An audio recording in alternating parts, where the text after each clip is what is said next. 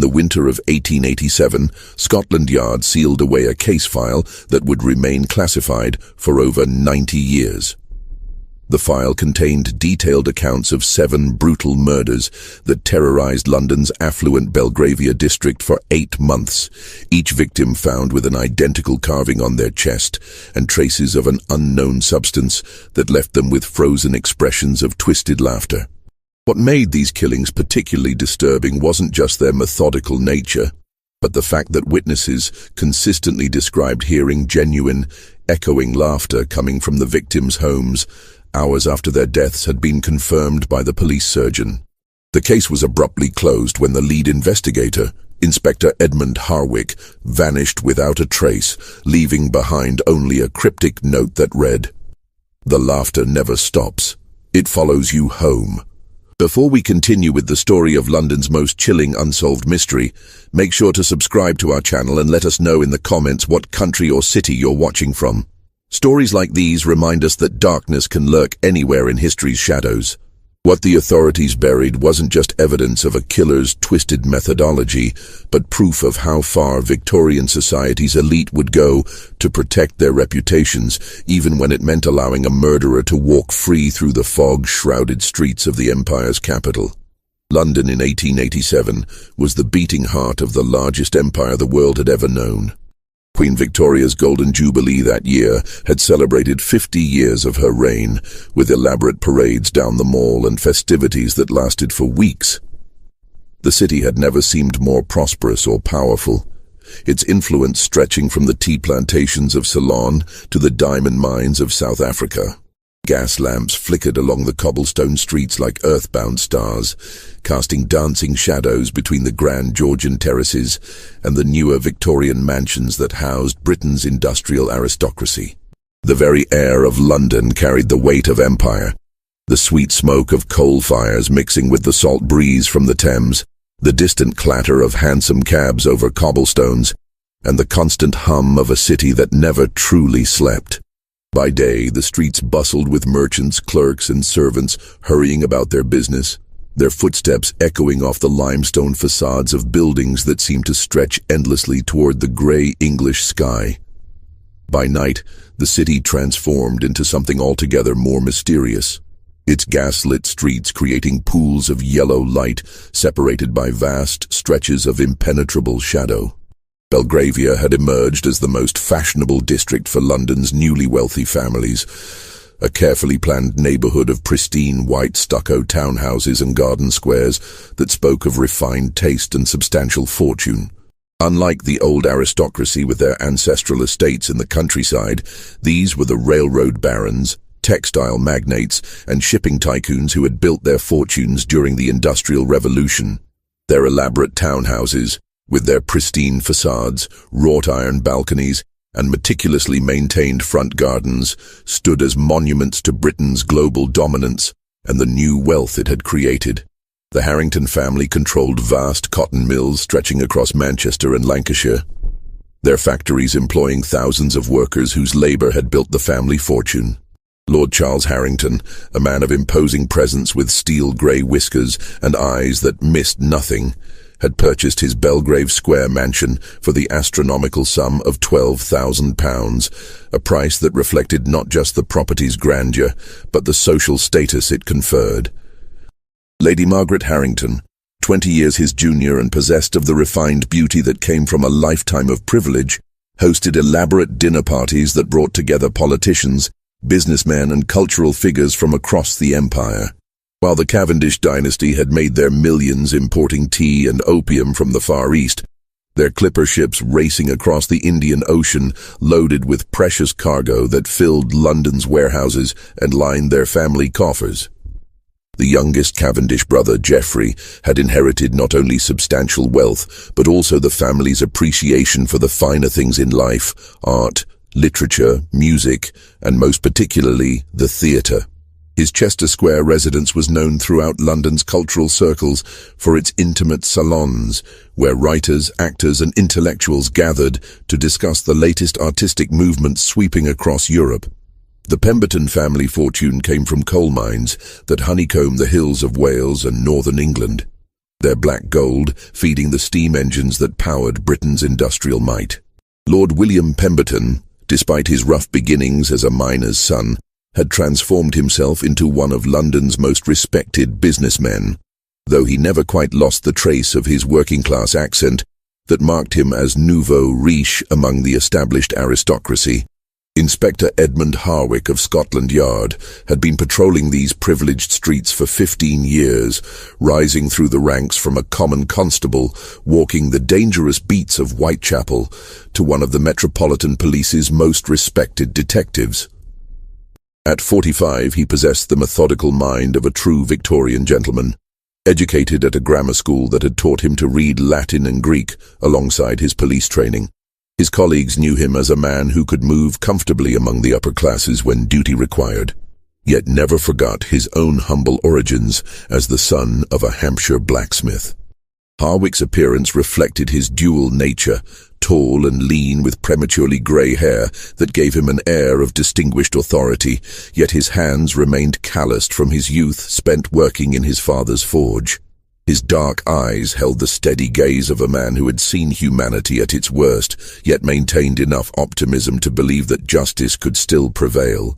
He lived alone in modest lodgings on Montague Street near the British Museum, a bachelor who had devoted his life entirely to his work, finding companionship in the books that lined his small sitting room and the occasional evening spent at his local public house discussing cases with fellow officers. The autumn of 1887 had been particularly harsh, with early frost appearing in Hyde Park by the first week of October, and thick yellow fogs rolling off the Thames to settle over the city like a suffocating blanket. These weren't the romantic mists of poetry, but the choking pea-soupers that came from countless coal fires mixing with the natural fog off the river. The smoke-laden air could reduce visibility to mere yards, turning familiar streets into alien landscapes where even lifelong Londoners lost their way. On particularly foggy nights, the gas lamps seemed to float in space like disembodied spirits, their feeble light creating more shadows than illumination. The clip-clop of horses' hooves on cobblestones would emerge from the murk without warning, followed by the ghostly shape of a hansom cab, materializing and disappearing again into the gloom. It was said that Jack the Ripper himself would begin using these fogs to his advantage in the East End, though those murders lay nearly a year in the future. For now, in Belgravia, the wealthy felt safe behind their locked doors and uniformed servants, protected by their money and social position from the violence that plagued the poorer districts. That sense of security, built on privilege and social position, would prove to be fatally misplaced. For in the fog-shrouded streets of Victorian London, death could take any form, even that of laughter echoing through the darkness long after its source had been silenced forever. October 15th, 1887. The scream that shattered the pre-dawn quiet on Belgrave Square came from Lady Margaret Harrington, who had returned early from a charity gala at the Royal Opera House to find her front door standing ajar, letting the thick autumn fog swirl through her marble-floored entrance hall like ghostly fingers exploring a tomb. The fog that night had been particularly dense, one of those suffocating London pea-soupers that transformed the familiar into the alien. Gas lamps along the square created small pools of sickly yellow light, but beyond their feeble reach lay an impenetrable wall of grey-green mist that seemed to muffle sound and distort distance. Lady Margaret's hansom cab had been forced to proceed at walking pace, the driver calling out warnings to other traffic that might be hidden in the murk. She had left the opera early, pleading a headache to her companions, though in truth she had grown weary of the evening's entertainment, a tedious performance of Wagner that seemed to drone on interminably. The charity gala was one of those obligatory social functions that came with her position in society, an opportunity for London's wealthy to see and be seen while making token contributions to worthy causes. She had worn her finest emerald silk gown, the one that complemented her auburn hair and made her green eyes sparkle in the gaslight. But by the second act, she found herself longing for the comfort of her own drawing room and a cup of properly prepared tea. The journey home through the fog-shrouded streets had taken nearly twice as long as usual, the familiar landmarks of Belgravia rendered invisible by the thick mist. Street after street looked identical in the murk, and even her experienced driver had been forced to stop twice to get his bearings by reading street signs in the dim glow of the gas lamps. The fog seemed to press against the windows of the cab like a living thing, and Lady Margaret found herself grateful for the warmth of her ermine opera cloak and the familiar sound of the horses' hooves on cobblestones. When they finally reached Belgrave Square, Lady Margaret noticed immediately that something was wrong. The front door of her townhouse stood slightly open, a rectangle of warm gaslight from the entrance hall spilling out into the fog like a golden invitation. This was unprecedented. Mrs. Eleanor Whitfield, her head housekeeper, was known throughout the household for her rigid adherence to proper security procedures. Never in 23 years of faithful service had she left a door unlocked, let alone standing open to the London night. Lady Margaret's first thought was that perhaps Mrs. Whitfield had been taken ill and needed immediate medical attention. The housekeeper was approaching 60 and had been showing signs of the fatigue that came with age and a lifetime of hard work. Just the previous week, she had seemed unusually distracted, talking to herself more frequently than usual as she went about her duties. The other servants had mentioned hearing her engaged in what seemed like animated conversations in empty rooms, though when questioned, Mrs. Whitfield had simply smiled and claimed she was practicing elocution exercises. As Lady Margaret climbed the steps to her front door, her silk evening slippers clicking against the wet stone, she called out softly, "Mrs. Whitfield, Eleanor, are you quite well?" The fog seemed to swallow her voice, making even her own words sound strange and distant. The gas jets in the entrance hall flickered as the night air swirled through the open door, creating dancing shadows on the polished marble floor and the gilt-framed portraits that lined the walls. Mrs. Eleanor Whitfield, the Harrington family's head housekeeper of 23 years, lay sprawled across the Persian carpet in the main drawing room, her body positioned with an almost theatrical precision that would haunt Lady Margaret for the rest of her days. Her silver hair, usually pinned back in a severe bun that reflected her no-nonsense approach to household management, had been carefully arranged around her head like a halo, each strand placed with deliberate artistry. Her weathered hands, which had scrubbed countless floors and polished endless pieces of silver during her decades of service, were folded peacefully across her chest in the manner of a proper Christian burial. But it was her face that transformed the scene from tragedy into nightmare. Mrs. Whitfield's features were frozen in an expression of such genuine, rapturous laughter that it seemed like a mockery of death itself. Her mouth was open wide in what appeared to be a moment of absolute joy, her eyes crinkled with the kind of genuine mirth that usually accompanied the most delightful surprise. The effect was so lifelike that for a moment Lady Margaret actually expected to hear the sound of her housekeeper's distinctive laugh echoing through the drawing room. The room itself showed signs of a violent struggle that contrasted horribly with the victim's peaceful final expression. Furniture had been overturned. A valuable Chinese vase lay shattered near the fireplace, and books from the mahogany shelves were scattered across the floor like fallen leaves. The heavy velvet curtains had been torn down from one window, and Lady Margaret's collection of delicate porcelain figurines lay broken among the cushions of the horsehair sofa. Inspector Harwick arrived as the first pale light of dawn began to filter through the fog, accompanied by the familiar sounds of London awakening, the distant call of milk vendors beginning their rounds, the clip-clop of early morning traffic, and the gradual increase in street noise that marked the transition from night to day. The inspector's tall, lean figure cut an imposing silhouette as he emerged from the fog, his dark overcoat and bowler hat making him appear like a character from one of the Gothic novels that had become so popular among London's reading public. The scene was unlike anything Harwick had witnessed in his long career with Scotland Yard, and he had seen enough violence to fill several lifetimes. Mrs. Whitfield's body showed clear evidence of a prolonged and violent struggle. Her fingernails were torn and caked with what appeared to be her attacker's skin and blood. Purple bruises encircled her throat like a necklace of violence, and defensive wounds along her forearms told the story of a woman who had fought desperately for her life. Yet her face displayed that unnaturally perfect expression of joy, as if she had died while witnessing something wonderfully amusing.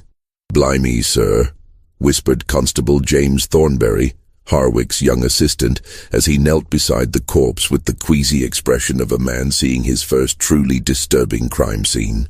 Thornberry was barely 22, fresh from training at Scotland Yard, and still adjusting to the grim realities of police work in Victorian London.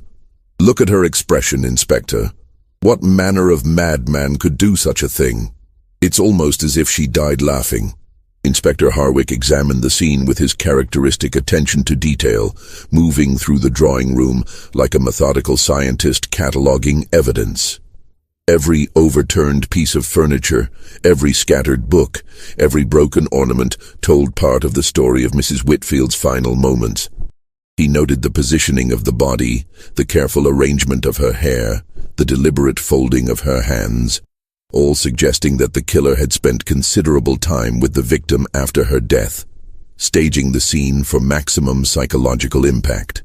The killer had carved a small but precise symbol into the victim's chest, just below her left collarbone, a theatrical mask that combined both comedy and tragedy in a single disturbing image.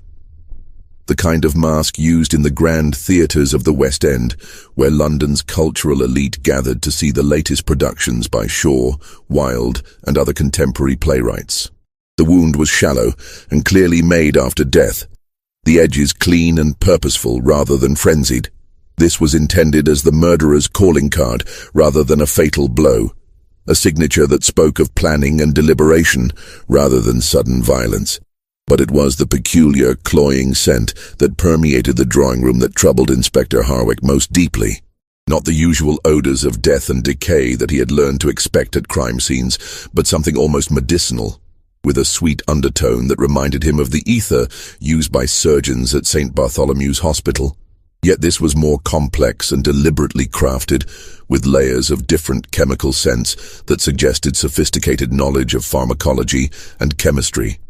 He had encountered similar chemical odors during a case 3 years earlier involving a disgraced physician who had been conducting illegal experiments with anesthetics on charity patients at Bethlehem Royal Hospital. That case had ended with the doctor's suicide and the destruction of his research, but the memory of those strange, sweet smells had lingered in Harwick's mind like an unwelcome ghost. This was different, though. More sophisticated, more purposeful, suggesting someone with advanced knowledge of chemical compounds and their effects on the human body. Lady Margaret Harrington, still wrapped in her ermine opera cloak and trembling despite the warmth from the coal fire that one of the servants had hastily lit, could provide little useful information about the events leading up to the discovery. "I returned from the Royal Opera House shortly after midnight," she explained in her cultured accent, her voice barely above a whisper as she struggled to maintain the composure expected of a woman of her social standing. "We attended a charity gala. Rather a dreadful performance of Wagner's Ring Cycle, if I'm being honest. I pleaded a headache and left early around 11:30.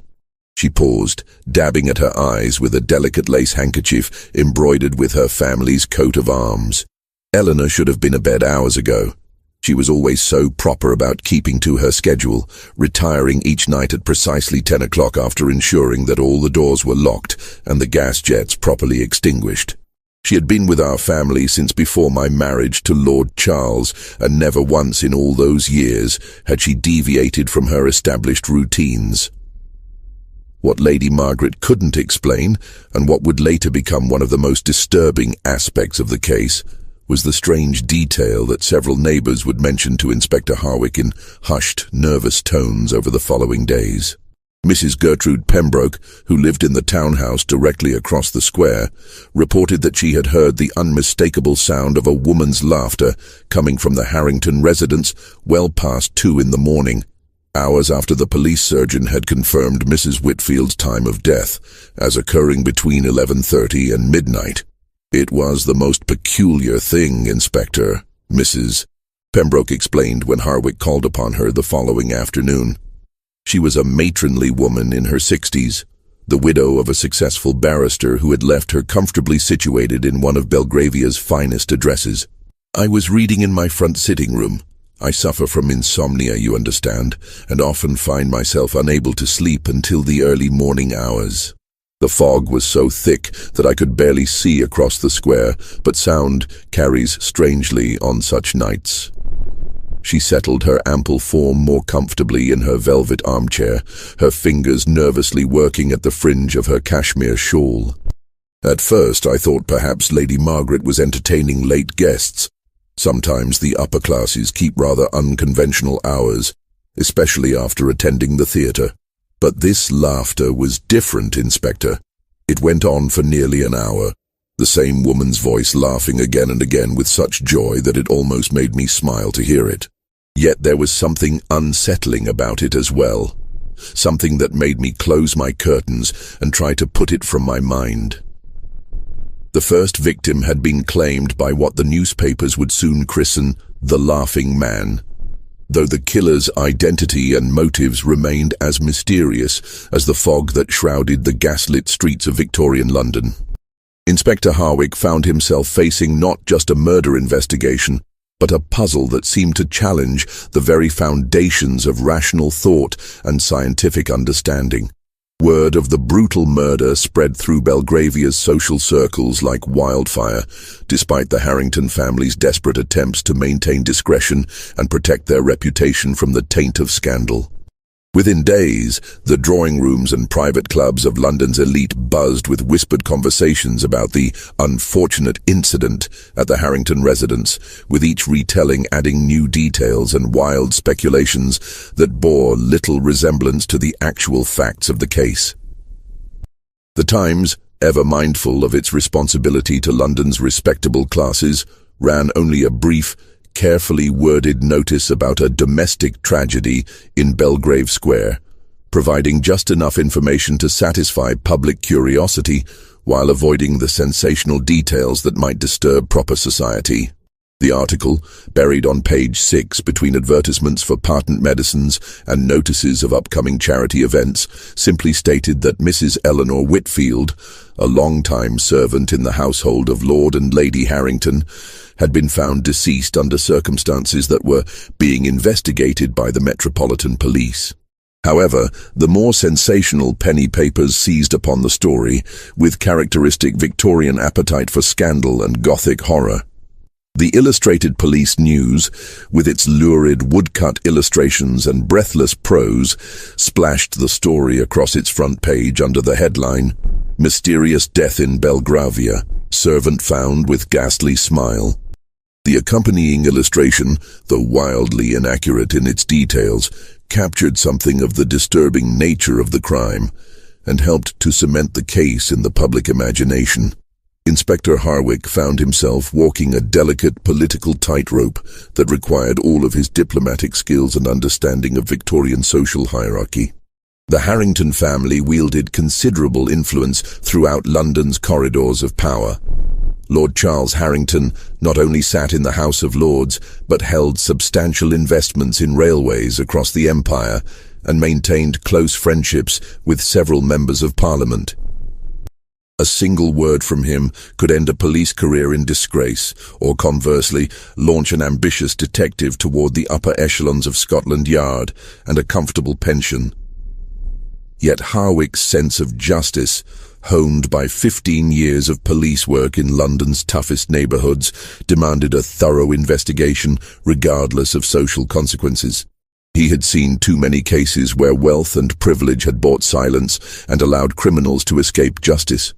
Mrs. Whitfield, despite her humble position as a servant, deserved the same careful attention to her murder as would be given to any member of the aristocracy. The inspector's initial inquiries into Mrs.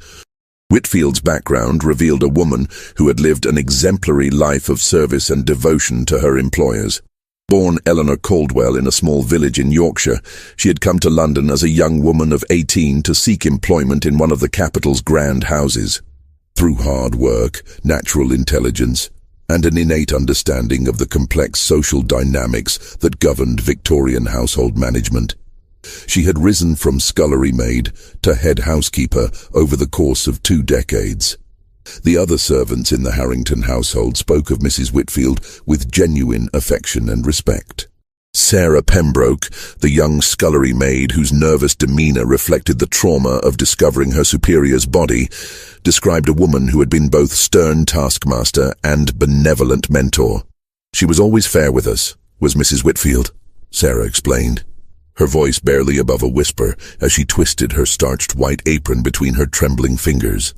"Never raised her voice without cause, and always willing to teach you the proper way of doing things if you showed willing to learn." Thomas Hartwell, the Harrington family's butler and Mrs. Whitfield's closest colleague among the household staff, painted a picture of a woman who took enormous pride in her work and had dedicated her entire adult life to the smooth operation of the household. "She knew every detail of this house, Inspector," he said, his formal bearing softening slightly as he spoke of his departed colleague. "Every piece of silver, every bit of china, every family tradition and social obligation. Lady Margaret relied on her completely, as did Lord Charles. She was more than a servant. She was the heart of this household." Yet despite this glowing testimonial to her character and competence, the servants also revealed that Mrs. Whitfield had displayed some unusual behaviors in the weeks leading up to her death. Several mentioned her increasing tendency to engage in what seemed like elaborate conversations with invisible companions as she went about her daily duties. "She was always one for dramatics, was Mrs. Whitfield," explained Sarah Pembroke, her voice gaining confidence as she warmed to her subject. "Sometimes we'd hear her in the pantry or the wine cellar, doing voices like she was putting on a show for someone. Different characters, you see. Sometimes she'd be speaking like a grand lady, all posh and refined, and then she'd switch to a rough working-class accent, then maybe an Irish brogue or a Scottish burr. Made us laugh, it did, hearing her practice all those different ways of speaking." This theatrical connection intrigued Inspector Harwick, particularly given the theatrical mask carved into the victim's chest and the bizarre expression of joy frozen on her face at the moment of death. He began to see a pattern emerging, though its significance remained unclear. Mrs. Whitfield's interest in theatrical performance, her apparent practice of different accents and characters, and the killer's choice of signature all suggested some connection to London's vibrant theatre community. The inspector decided to expand his investigation into London's theatre world, beginning with the grand playhouses of the West End, where London's cultural elite gathered to see the latest productions by celebrated playwrights like Oscar Wilde, George Bernard Shaw, and the emerging generation of realistic dramatists who were challenging Victorian sensibilities with their frank portrayals of social problems. The West End in 1887 was a tight-knit community where gossip travelled quickly among the performers, stage managers, directors and theatre owners who made their living entertaining Victorian society's appetite for dramatic entertainment. The Lyceum Theatre, under the management of the legendary Henry Irving, had become the pinnacle of London theatrical achievement, while newer venues like the Savoy Theatre were experimenting with electric lighting and other technological innovations that promised to revolutionize the theatrical experience. It was during these theatrical inquiries that Inspector Harwick first heard whispers of a mysterious figure who had been frequenting the music halls and legitimate theatres alike. A well-dressed gentleman who always attended performances alone, never spoke to anyone, but was occasionally seen laughing with such intensity during inappropriate moments that other patrons found it deeply disturbing. Several theatre managers reported complaints from audience members about this individual's bizarre reactions to dramatic scenes, particularly those involving death, tragedy, or intense emotional content. "Gave me the shivers, something terrible he did," confided Albert Grimsby, manager of the Lyceum Theatre, as he led Inspector Harwick through the empty theatre on a grey November afternoon. The vast auditorium, stripped of its usual evening glamour, seemed almost ghostly in the pale daylight filtering through the tall windows. This gentleman, and he was obviously a gentleman, mind you, from his clothes and bearing, sat in the same box seat for 3 consecutive nights during our production of Macbeth. Every time someone died on stage, every time Lady Macbeth delivered one of her mad scenes, he'd start laughing. Not chuckling or polite applause, you understand, but proper belly laughs that echoed through the entire theatre. Grimsby paused in his narrative, clearly disturbed by the memory even weeks after the incident. The other patrons began to complain, said it was ruining their enjoyment of the performance. Mr. Irving himself noticed from the stage, and was quite put out by the disruption. We finally had to ask the gentleman not to return, though he took the request with remarkable good humor. Said he understood completely and complimented us on our authentic portrayal of mortality's absurdity. Those were his exact words, Inspector. Not the sort of thing you'd expect to hear from a typical theatre patron. Yet when Harwick pressed the various theatre managers and employees for detailed descriptions of this mysterious figure, the accounts varied significantly and often contradicted each other in ways that suggested either multiple individuals or someone with a remarkable talent for altering his appearance. Some remembered a tall man with dark hair and a prominent mustache, reminiscent of the fashionable style favored by military officers, while others recalled someone shorter and clean-shaven, with the pale complexion of a scholar or professional man.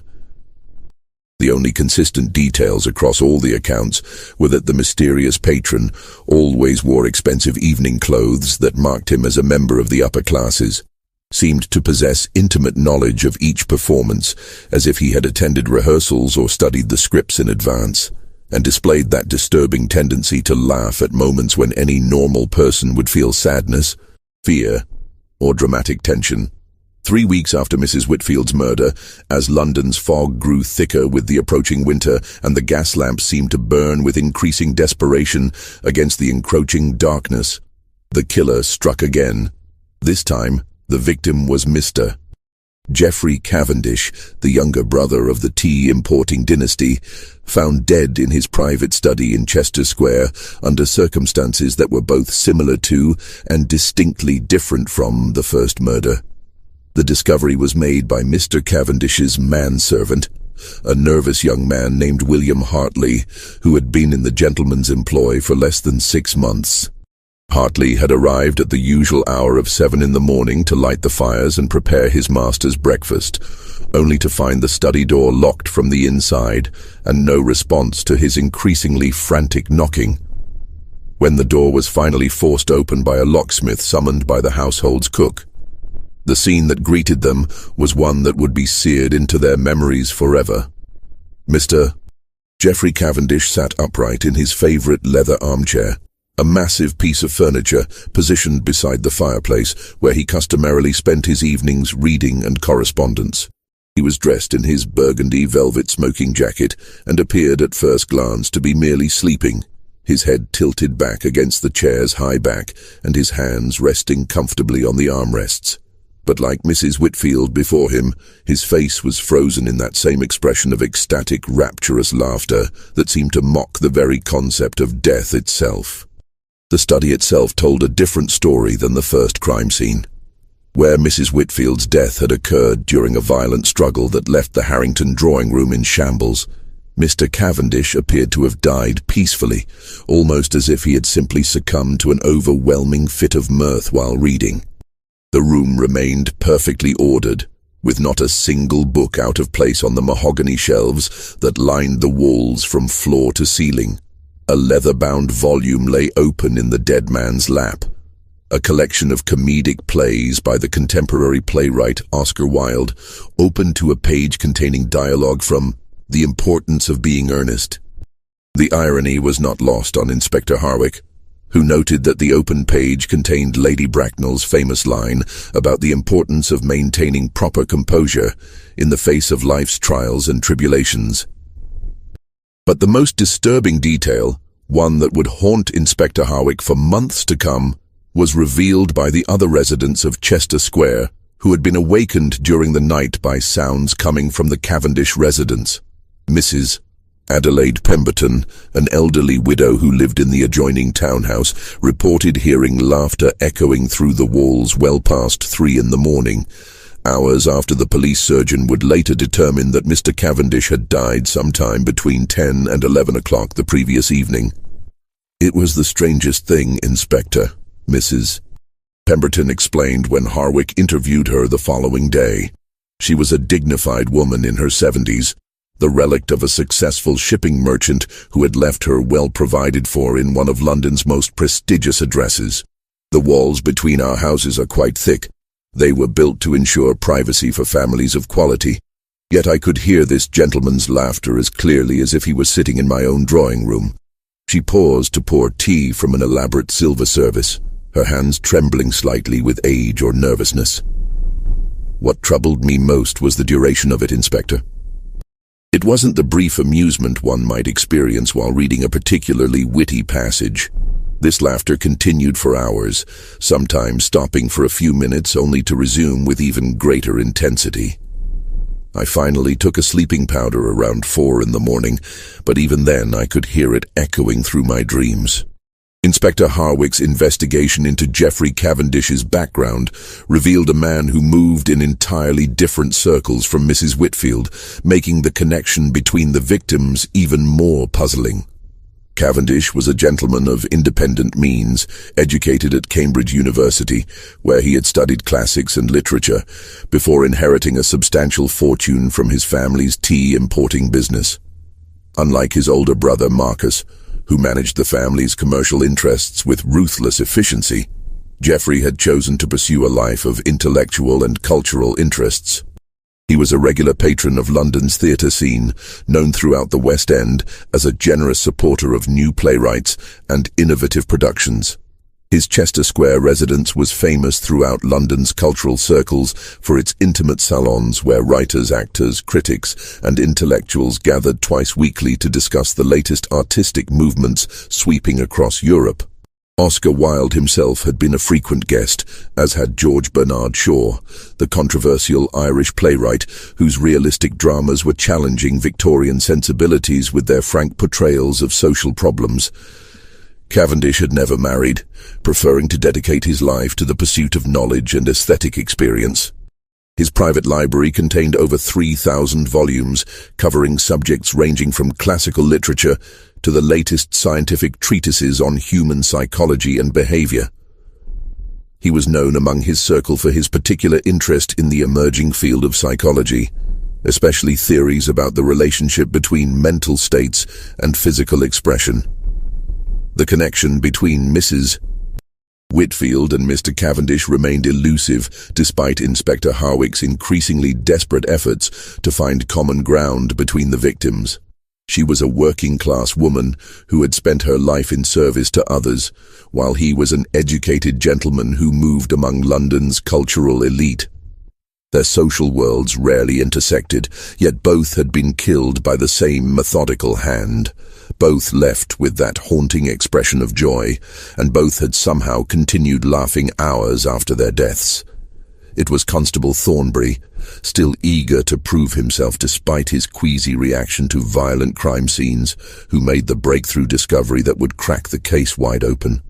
While conducting a thorough search of Cavendish's study under Inspector Harwick's supervision, the young constable noticed that the wooden panel behind the gentleman's massive desk seemed slightly loose. Further investigation revealed a secret compartment containing a collection of items that shed an entirely new light on the investigation.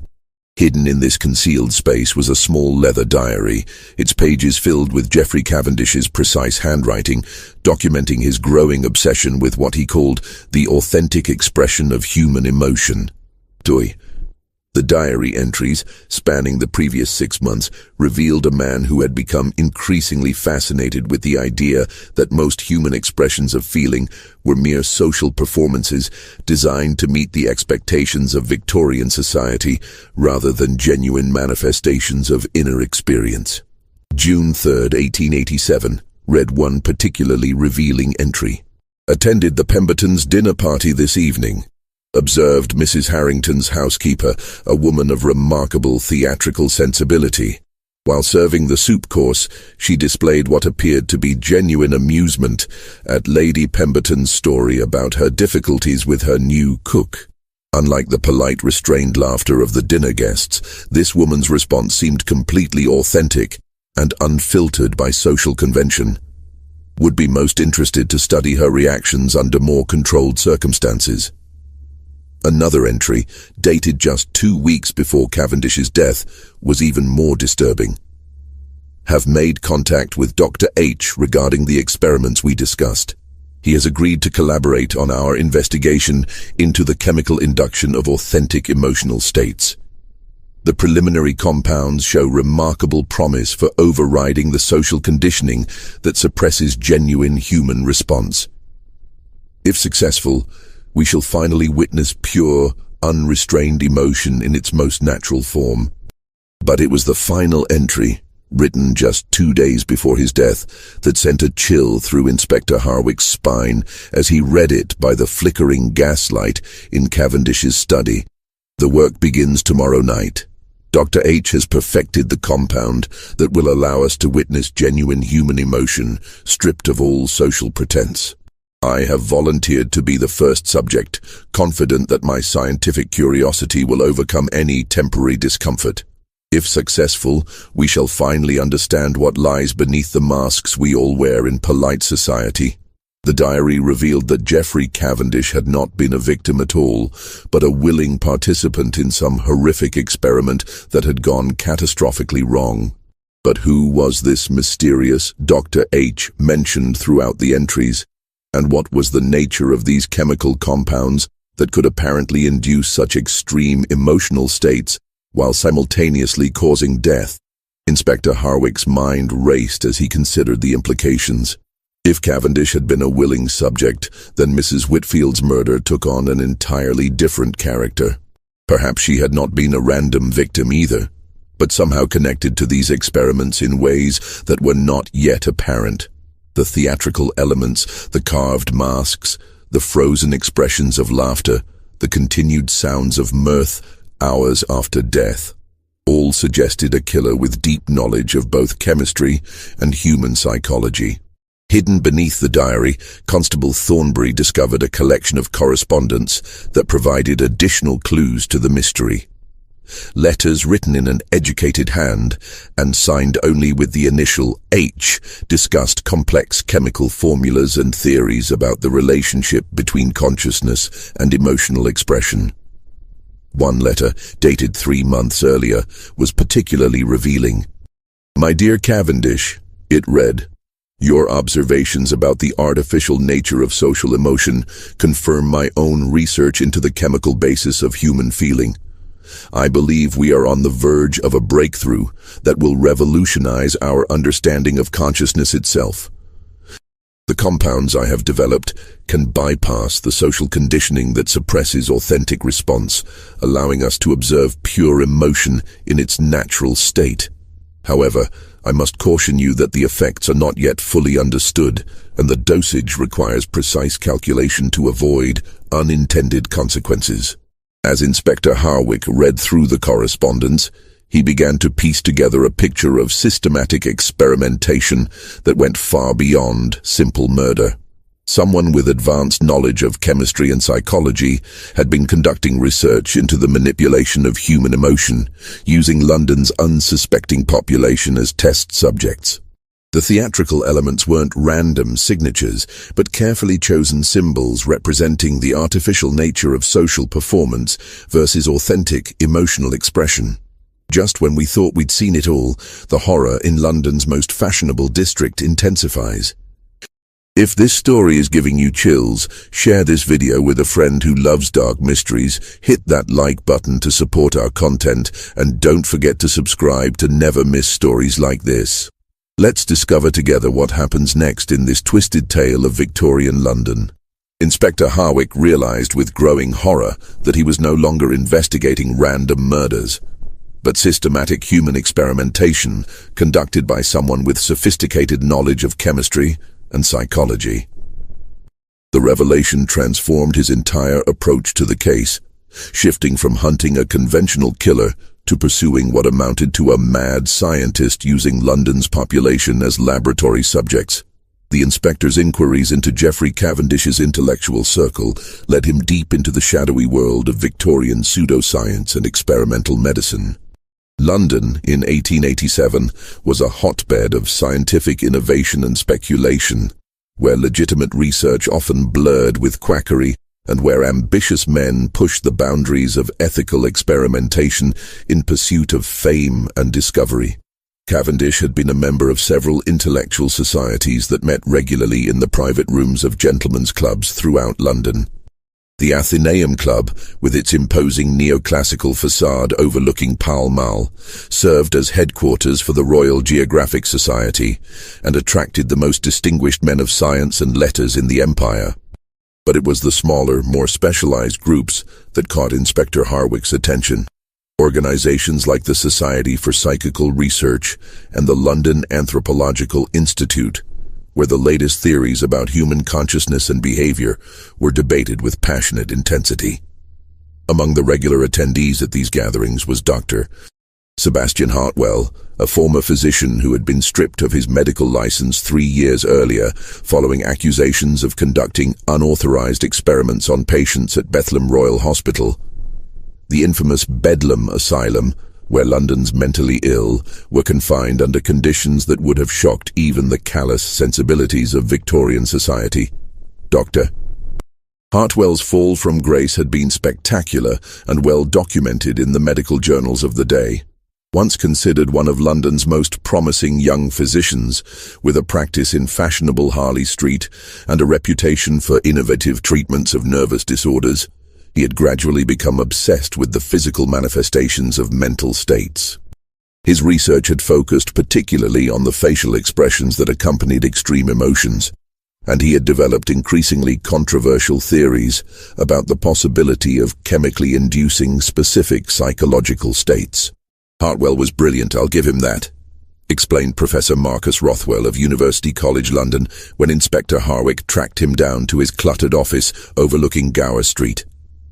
Rothwell was himself a respected researcher in the emerging field of experimental psychology and had known Hartwell during their student days at Edinburgh University. But he was utterly without moral constraints when it came to his research. He believed that true scientific progress required experimentation that pushed beyond the boundaries of conventional ethics. The professor paused to clean his spectacles, his scholarly demeanor troubled by memories of his former colleagues' descent into scientific obsession. Hartwell spoke often of developing chemical compounds that could induce specific emotional states while keeping the subject conscious and aware. He was particularly interested in the expression of joy and laughter, believing that genuine happiness was the most difficult emotion to produce artificially. His goal was to create what he called pure emotional experience, stripped of all social conditioning and conscious control. When Inspector Harwick attempted to locate Dr. Hartwell, he discovered that the man had vanished from his modest lodgings in Bloomsbury several weeks earlier, leaving behind only a collection of disturbing notebooks filled with detailed anatomical drawings of facial muscles and chemical formulas that seemed designed to affect the human nervous system. The landlady, Mrs. Agnes Butterworth, reported that her tenant had been conducting strange experiments in his rooms, often working late into the night with chemical apparatus that filled the boarding house with unusual odors. Strange gentleman he was, Mrs. Butterworth explained, as she led Inspector Harwick through the empty rooms that had served as Dr. Hartwell's laboratory and living quarters.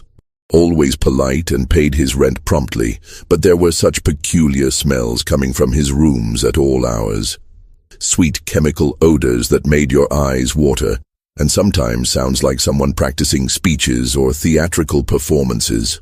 The rooms themselves provided disturbing evidence of the scope of Dr. Hartwell's research. Hidden behind a false wall, Inspector Harwick discovered a complete chemical laboratory equipped with glass retorts, heating apparatus, and an extensive collection of bottles containing various powders and liquids. Most troubling were the detailed notes describing experiments with different chemical combinations and their effects on human subjects. though the identity of these subjects remained unclear. One notebook contained precise measurements and observations that chilled Inspector Harwick to the bone. Subject displays involuntary laughter, beginning approximately 15 minutes after administration. Expression becomes increasingly intense over next 30 minutes, reaching peak euphoria at 45-minute mark. Subject remains conscious throughout process but appears unable to control facial muscles or vocalization.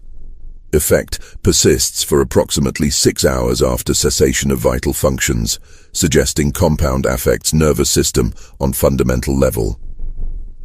The inspector's sense of urgency intensified when he learned that several more members of Belgravia's elite had reported disturbing incidents in recent days. Lady Victoria Pemberton, the widow who lived near the Cavendish residence, had discovered clear evidence that someone had been in her house during her absence the previous week. Though nothing had been stolen, several items had been moved and rearranged in ways that suggested systematic searching. "It was the most unsettling thing, Inspector," Lady Pemberton explained as she served tea in her elegant morning room overlooking Chester Square. "I returned from visiting my sister in Brighton to find that someone had been through my private papers. Nothing was missing, you understand, but my desk had been searched and my personal correspondence had been read. Most disturbing of all, several books from my library were missing, all volumes dealing with theatrical performance and the expression of emotion. Lord Hamilton Fairfax, whose mansion on Eaton Square housed one of London's finest private libraries, reported a similar incident. His study had been entered and ransacked, though the intruder had shown remarkable selectivity in what they chose to examine. The fellow seemed to know exactly what he was looking for," Lord Fairfax explained to Inspector Harwick. "He ignored the valuable first editions and rare manuscripts that would have been worth a fortune to any common thief. Instead, he took only books dealing with psychology, anatomy, and theatrical performance, most peculiar behavior for a burglar. But it was Mrs. Charlotte Bramwell's experience that provided the most chilling evidence of the killer's methodical approach. The widow of a successful solicitor, Mrs. Bramwell lived alone except for her household staff in a grand townhouse on Belgrave Square, directly across from the Harrington residence where the first murder had occurred. For the past 2 weeks, she had noticed a well-dressed gentleman watching her house from the shadows across the street, always disappearing when she attempted to get a better look at him. "He seemed to be studying the house, Inspector," she explained, her voice trembling with suppressed fear. "Not like a common burglar looking for an opportunity, but more like someone making careful observations for a specific purpose. I began to feel like a specimen being examined under a microscope." Mrs. Bramwell's description of her mysterious observer matched some of the accounts given by theater managers about the strange patron who laughed inappropriately during dramatic performances. A tall, well-dressed gentleman with the bearing of an educated man, but something unsettling in his manner that made people uncomfortable without being able to identify exactly what disturbed them. Inspector Harwick realized that all of these individuals, Lady Pemberton, Lord Fairfax, and Mrs. Bramwell, shared a crucial connection that chilled him to the bone. They had each attended the same series of lectures on the science of human expression, given by Dr. Sebastian Hartwell at the Royal Institution earlier that year, before his research had been exposed and his medical license revoked. The pattern became even more ominous when Harwick discovered that both Mrs. Whitfield and Geoffrey Cavendish had also attended those same lectures. Mrs. Whitfield, despite her position as a servant, had somehow gained access to the scientific presentations, while Cavendish had been a regular attendee who often engaged the lecturer in detailed discussions after each session. The lectures had been advertised as an exploration of the latest scientific understanding of human emotion and its physical manifestations, drawing audiences from London's intellectual and cultural elite. Dr. Hartwell had used the platform to present his theories about authentic versus artificial emotional expression, arguing that most human feelings were mere social performances rather than genuine psychological states. According to newspaper accounts of the lectures, Dr. Hartwell had been particularly persuasive in his argument that true scientific understanding of human nature required the study of emotion in its pure, unfiltered form. He had suggested that chemical compounds might be developed to bypass social conditioning and reveal the authentic emotional responses that lay buried beneath the veneer of civilized behavior.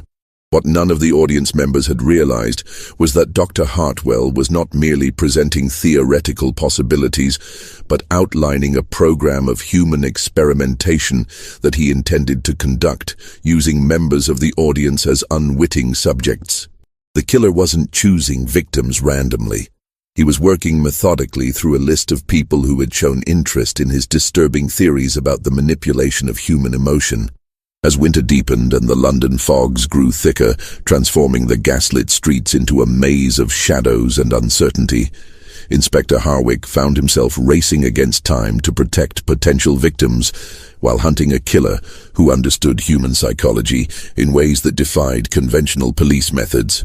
The case had evolved far beyond simple murder investigation. It had become a desperate attempt to stop systematic human experimentation conducted by someone who viewed his fellow human beings as nothing more than laboratory specimens. The inspector's investigation revealed that Dr.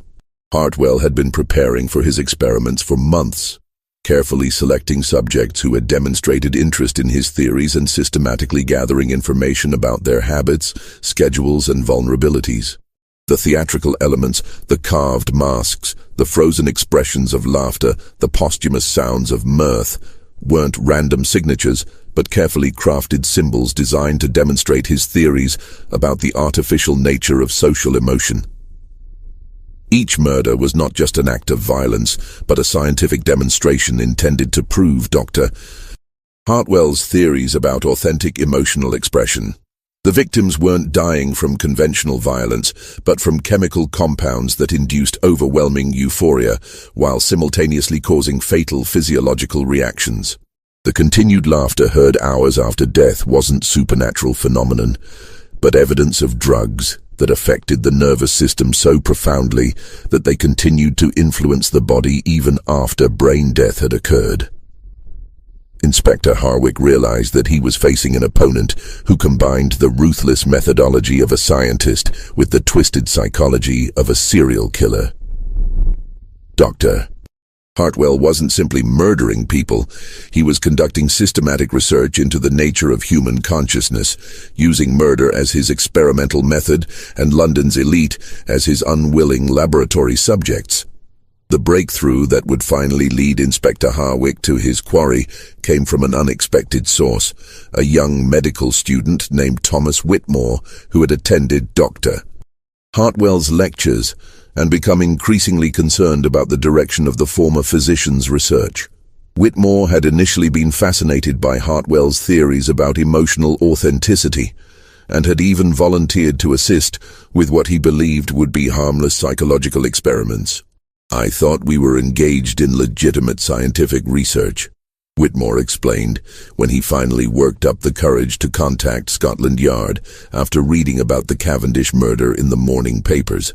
Dr. Hartwell spoke eloquently about advancing our understanding of human consciousness, and I was honored to be invited to participate in his work. But as the experiments progressed, I began to realize that we were crossing ethical boundaries that no responsible scientist should transgress. The young man's account revealed the full scope of Dr. Hartwell's operation. Working from a hidden laboratory in the basement of an abandoned warehouse near the London docks, the former physician had been developing increasingly sophisticated chemical compounds designed to manipulate human emotion and consciousness. His ultimate goal was to create what he called pure emotional experience, states of feeling so intense and authentic that they transcended the social conditioning that governed normal human behavior. He had developed several different formulas, Whitmore continued, his voice shaking as he recalled the horror of what he had witnessed. Some induced overwhelming terror, others created states of profound melancholy. But his greatest achievement was the compound that produced uncontrollable euphoria. He called it his essence of joy, and claimed it could reveal the true nature of human happiness by stripping away all artificial constraints. Whitmore's description of the laboratory matched the chemical apparatus that Inspector Harwick had discovered in Dr. Hartwell's abandoned lodgings, but on a much larger scale. The basement facility contained enough equipment to produce chemical compounds in significant quantities, along with detailed records of experiments conducted on dozens of subjects over the course of several months. Most of the early subjects were volunteers from the medical schools and the workhouses, Whitmore explained. Dr. Hartwell convinced them they were participating in legitimate research that would advance scientific knowledge and potentially benefit humanity. Many of them were desperate for the small payments he offered, and they trusted his credentials as a physician. None of them understood the true nature of what they were volunteering for. But as Dr. Hartwell's experiments became more extreme and dangerous, he had been forced to seek unwilling subjects among London's more affluent population. The attendees of his lectures at the Royal Institution represented the perfect combination of intellectual curiosity and social vulnerability. Educated individuals who would appreciate the scientific significance of his work while possessing the social standing that would ensure their deaths received proper attention from the authorities. He spoke often of the need to demonstrate his theories to the broader scientific community, Whitmore recalled. He believed that by conducting his experiments on prominent members of society, he could force the medical establishment to acknowledge the importance of his research. Each death was intended as both a scientific demonstration and a challenge to conventional thinking about human consciousness. The revelation that Dr. Hartwell was using murder as a form of scientific publication horrified Inspector Harwick, but it also provided crucial information about where the killer might be found. Whitmore had provided detailed directions to the warehouse laboratory, along with information about Dr. Hartwell's habits and schedule. On a fog-shrouded evening in late December, when the thick yellow mist off the Thames had reduced visibility to mere yards, and the distant sound of ships' horns echoed mournfully across the water, Inspector Harwick received the message he had been both anticipating and dreading. A street urchin delivered an elegant envelope to his lodgings containing an invitation written in Dr. Hartwell's distinctive educated hand. "My dear Inspector Harwick," the note read, "your investigation has been most thorough and professional, though I fear you have fundamentally misunderstood the nature of my work. I am not a common criminal but a scientist pursuing knowledge that will revolutionize our understanding of human consciousness. If you wish to witness the culmination of my research and understand the true significance of what I have accomplished, I invite you to join me at the Adelphi Theatre at midnight tonight. Come alone and prepare to observe the most authentic expression of human emotion ever recorded by science. Your investigation ends tonight, as does your limited understanding of what it means to be truly human." Inspector Harwick knew without question that it was a trap designed to make him the final subject in Dr. Hartwell's horrific experiments. But 3 months of fruitless investigation had left him with few alternatives, and his sense of duty demanded that he face whatever dangers lay ahead in order to prevent further murders. He made careful arrangements for backup officers to follow at a distance, armed himself with both his service revolver and a small bottle of smelling salts that might counteract chemical incapacitation, and set out through the fog-shrouded streets toward what he suspected would be his final confrontation with the Laughing Man. The Adelphi Theatre stood dark and empty on the Strand, its grand neoclassical facade casting eerie shadows in the weak gaslight that struggled to penetrate the thick fog. The stage door had been left unlocked, and Inspector Harwick found himself walking through empty corridors lined with theatrical posters advertising productions that had entertained London audiences for decades. The building seemed to echo with the ghostly memories of thousands of past performances, the very air thick with the accumulated emotions of countless actors and spectators. As he made his way toward the main auditorium, Inspector Harwick could hear voices coming from the stage. Not the single voice he had expected, but what sounded like a conversation between multiple individuals. The revelation that Dr. Hartwell was not alone sent a chill through the inspector's spine as he realized that the scope of the conspiracy might be far larger than he had imagined. He found them illuminated on the stage by a single calcium light that cast harsh shadows across the ornate proscenium arch. Dr. Sebastian Hartwell standing center stage like a lecturer addressing an invisible audience, and beside him, very much alive despite the official reports of his death, Geoffrey Cavendish. The younger Cavendish brother had not been murdered at all, but had been a willing collaborator in Dr. Hartwell's experiments from the very beginning. "Inspector Harwick?" Dr. Hartwell called out, his voice carrying easily through the empty theater, with the trained projection of a man accustomed to addressing large audiences. "How extraordinarily punctual of you to join our final performance. Please, do take a seat in the front row. You'll want to observe the proceedings closely, as they represent the culmination of years of scientific research into the nature of authentic human emotion." The truth, when it finally emerged in Dr. Hartwell's lengthy explanation, was more disturbing than Inspector Harwick had dared imagine. The former physician and Geoffrey Cavendish had been collaborating for over 2 years on a comprehensive program of human experimentation designed to create and study genuine emotional states under laboratory conditions. What had begun as theoretical discussions about the artificial nature of social emotion had gradually evolved into systematic murder disguised as scientific research. "The beauty of our methodology, Inspector, lies in its precision and elegance," explained Cavendish, with the chilling academic detachment of a university lecturer discussing a particularly interesting specimen. "We have succeeded in developing chemical compounds that can induce any desired emotional state while maintaining the subject's complete consciousness and awareness. Mrs. Whitfield died experiencing pure, unfiltered joy, not the polite happiness expected in social situations, but authentic euphoria divorced from any external circumstances." Dr. Hartwell stepped forward to the edge of the stage, his movements precise and calculated like a surgeon preparing for a delicate operation. "Each subject has provided invaluable data about the physiological manifestations of extreme emotion. We have mapped the exact facial muscle contractions that accompany genuine terror, authentic sorrow, and, our greatest achievement, pure joy, unconstrained by social conditioning. The continued vocalizations heard after clinical death represent evidence that our compounds affect consciousness at levels far deeper than previously thought possible." The theatrical mask carved into each victim's chest, Inspector Harwick now understood, represented Dr. Hartwell's belief that all normal human emotion was mere performance, a social mask worn to meet the expectations of civilized society. Only through his chemical interventions could authentic feeling be revealed, stripped of the artificial constraints that governed proper Victorian behavior. "But you have made one crucial error in your investigation, Inspector," Dr.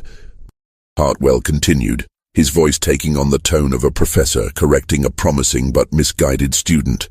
"You have assumed that we selected our subjects randomly from my lecture attendees, when in fact, each death has been carefully orchestrated to create the perfect conditions for our ultimate experiment, the induction of authentic terror in someone who believes himself to be in control of the situation." The full horror of the trap became clear as Dr. Hartwell revealed that Inspector Harwick had not stumbled upon the killer's lair through clever detective work, but had been systematically manipulated into becoming the final test subject in their series of experiments. Every clue discovered, every witness statement recorded, every piece of evidence uncovered had been carefully planted to lead him to this moment in this place. "Your colleagues at Scotland Yard have been intercepted by our associates and will not be coming to your assistance," Geoffrey Cavendish added with casual cruelty. "We required a subject of exceptional intelligence and emotional control for our final demonstration, and your reputation for methodical investigation made you the perfect candidate. Your final moments will provide invaluable data about the physiological manifestations of extreme fear in a trained professional accustomed to dangerous situations." Dr. Hartwell raised a small glass vial containing a clear liquid that seemed to glow with its own internal light in the harsh calcium illumination. This compound represents the culmination of our research, Inspector. Unlike the euphoria-inducing chemical we used on our previous subjects, this formulation will allow you to experience pure, undiluted terror while remaining completely conscious and aware of every sensation. Your death will provide the final piece of data needed to complete our understanding of authentic human emotion. But Inspector Harwick had survived 15 years of police work in London's most dangerous neighborhoods by never underestimating his opponents and always maintaining multiple escape plans. As Doctor, Hartwell descended from the stage with Geoffrey Cavendish close behind.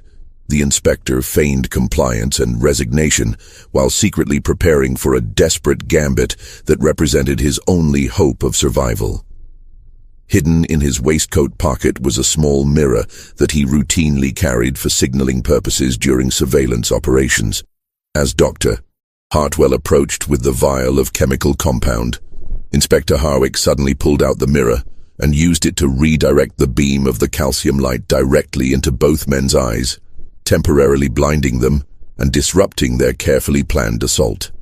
The struggle that followed was brief but vicious, fought out on the stage of the Adelphi Theatre, with the empty seats of the auditorium serving as silent witnesses to a battle between scientific madness and justice. Geoffrey Cavendish, despite his gentleman's education and social refinement, proved to be no match for a seasoned police officer trained in close combat. Dr. Hartwell, temporarily blinded and disoriented by the redirected light, stumbled backward toward the orchestra pit while trying to maintain his grip on the vial of chemical compound. In the end, it was Dr. Hartwell's own scientific precision that proved to be his downfall. As he fell into the orchestra pit, the glass vial shattered against the wooden flooring, releasing its contents into the air, where both he and the unconscious Geoffrey Cavendish inhaled the concentrated vapors of the terror-inducing compound that had been intended for Inspector Harwick. The arrest of Dr. Sebastian Hartwell and Geoffrey Cavendish, along with the subsequent investigation into their network of accomplices and victims, sent shockwaves through Victorian London's scientific, medical and social communities that would reverberate for decades to come. The trial, held at the Old Bailey in the spring of 1888, became one of the most sensational legal proceedings of the era, revealing the full scope of their collaborative experiments and the systematic way they had manipulated both victims and investigators in pursuit of their twisted understanding of human consciousness. The courtroom proceedings, presided over by Mr. Justice Hawkins and attended by representatives from every major London newspaper, laid bare the horrifying details of what would become known as the Laughing Man murders. Dr. Hartwell's chemical compounds were found to be far more sophisticated than anyone had initially suspected, representing a level of pharmacological knowledge that was decades ahead of contemporary medical understanding. Working with equipment stolen or purchased from various London hospitals, universities and chemical supply companies, Dr. Hartwell had created what modern science would recognize as early psychoactive drugs capable of inducing specific emotional states while simultaneously affecting motor control and cognitive function. His laboratory notes, presented as evidence during the trial, revealed systematic experimentation on human subjects that violated every principle of medical ethics and human decency.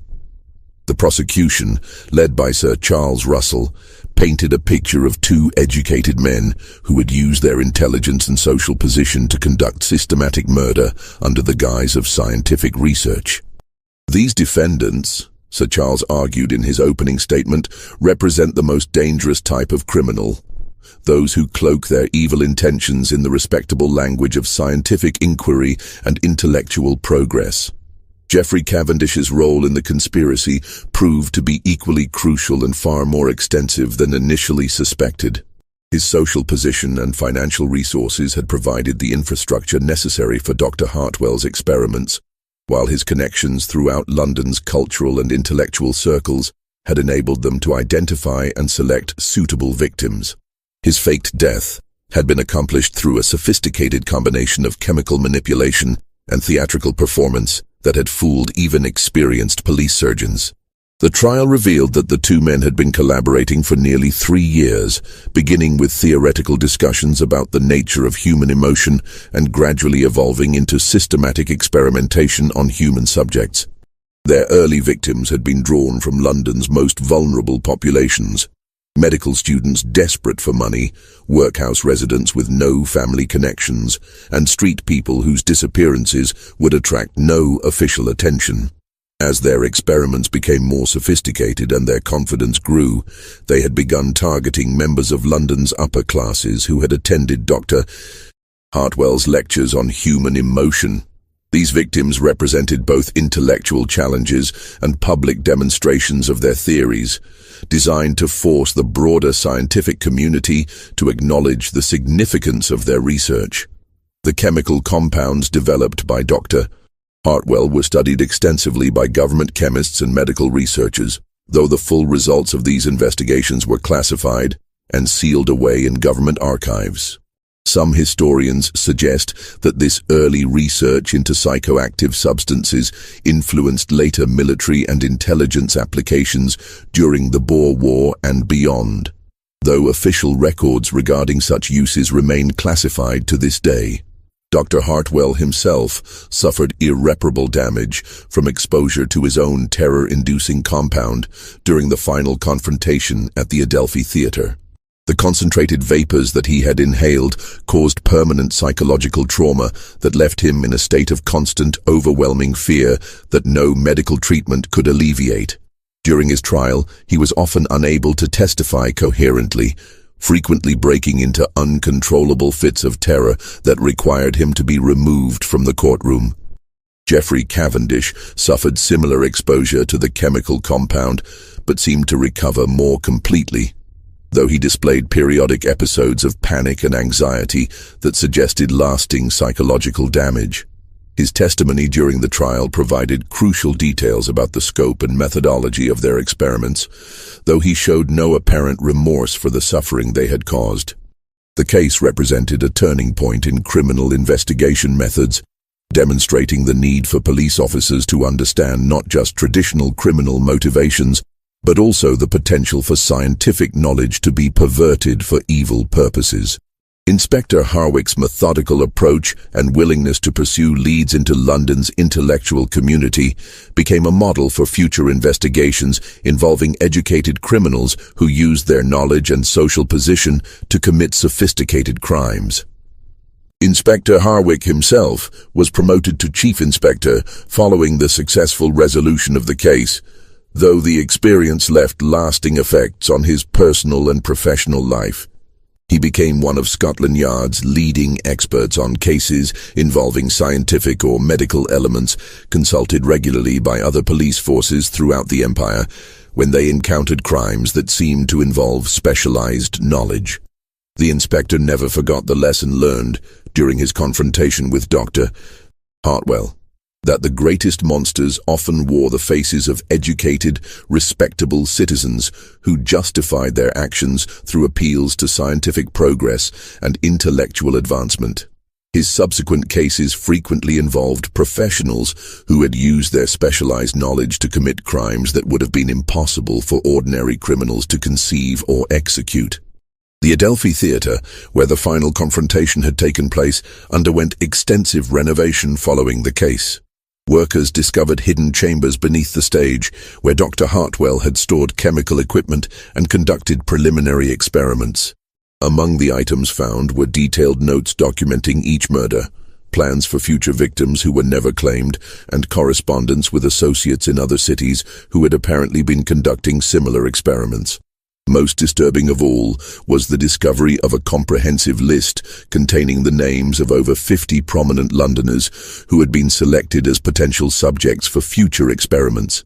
The list included members of parliament, judges, university professors, successful businessmen, and cultural figures whose deaths would have sent shockwaves through British society. Only Inspector Harwick's successful intervention had prevented what could have become a systematic campaign of terror against London's intellectual and social elite. The warehouse laboratory near the London docks was found to contain evidence of experiments conducted on dozens of victims whose identities were never fully established. Human remains discovered in acid baths and chemical storage tanks suggested that Dr. Hartwell and his associates had been conducting their research for far longer than anyone had initially suspected, with some evidence pointing to experimental activities dating back nearly 5 years. The full extent of their network of accomplices was never completely uncovered, despite extensive investigations by Scotland Yard and other government agencies. Several individuals connected to the case disappeared before they could be arrested, suggesting that the conspiracy had ramifications that extended far beyond London and possibly into other countries where similar experimental programs might have been established. Dr. Sebastian Hartwell was sentenced to death by hanging, though the sentence was later commuted to life imprisonment in Broadmoor Criminal Lunatic Asylum due to his obvious mental incapacity resulting from exposure to his own chemical compounds. He died in custody less than 2 years later under circumstances that were never fully explained, though prison medical records suggest that his constant state of terror eventually caused complete cardiovascular failure. Geoffrey Cavendish received a life sentence of hard labor at Pentonville Prison, where he was assigned to work in the prison workshop, making mail bags and performing other manual labor that represented a dramatic change from his previous life of wealth and privilege. Prison records indicate that he adapted poorly to incarceration, suffering from recurring nightmares and panic attacks that frequently required medical intervention. He died in his cell in 1890, apparently from natural causes, though some fellow prisoners reported that he had been heard laughing uncontrollably for hours before his death, an eerie echo of the symptoms experienced by his former victims. The chemical formulas developed by Dr. Hartwell were never fully reconstructed, despite intensive efforts by government chemists and medical researchers. Most of his laboratory notes were deliberately destroyed during the investigation to prevent the information from falling into the wrong hands, though copies were reportedly retained by various government agencies for potential future research purposes. The case of the Laughing Man murders became a cautionary tale about the dangers of unregulated scientific experimentation and the potential for educated individuals to justify horrific crimes through appeals to intellectual progress. It influenced the development of new regulations governing medical research and contributed to the establishment of ethical guidelines that would eventually evolve into modern standards for human experimentation. Inspector Harwick's investigation methods were studied and emulated by police forces throughout the British Empire and beyond, contributing to the development of modern criminal investigation techniques that emphasize the importance of understanding the psychology and methodology of educated criminals. His detailed case notes became required reading at police training academies and influenced a generation of detectives who faced increasingly sophisticated criminal enterprises. The social impact of the case extended far beyond the immediate circle of victims and their families. London's intellectual community was forced to confront the uncomfortable reality that scientific progress was not inherently virtuous and that education and social position provided no guarantee of moral behavior. The case contributed to growing skepticism about unregulated scientific research and helped fuel public support for increased oversight of medical and psychological experimentation. This mystery shows us how the Victorian era's unbridled faith in scientific progress could create an environment where educated individuals felt justified in treating human lives as mere subjects for experimentation. The pursuit of knowledge, divorced from moral consideration and ethical constraints, led to crimes that were far more horrifying than any committed by ordinary criminals motivated by greed or passion. The case reminds us that the most dangerous individuals are often those who possess the intelligence and education to rationalize their evil actions through appeals to higher purposes. Dr. Hartwell and Geoffrey Cavendish genuinely believed that their research would advance human understanding and benefit society, even as they systematically murdered innocent people in pursuit of their twisted vision of scientific progress. What do you think of this story? Do you believe that all the victims were discovered, or might there have been others whose deaths were never connected to Dr. Hartwell's experiments? The systematic nature of their research and the evidence of a broader network of accomplices suggests that the true scope of their crimes may never be fully known. Leave your comment below with your thoughts about this dark chapter in Victorian London's history. If you enjoyed this chilling tale from the gaslit streets of 1887 London and want more horror stories like this, subscribe to our channel, hit the notification bell, and share with someone who loves historical mysteries. The fog-shrouded world of Victorian London holds many more secrets waiting to be uncovered, and we'll continue exploring the darkest corners of history where science and madness intersected in ways that still haunt us today. See you in the next video.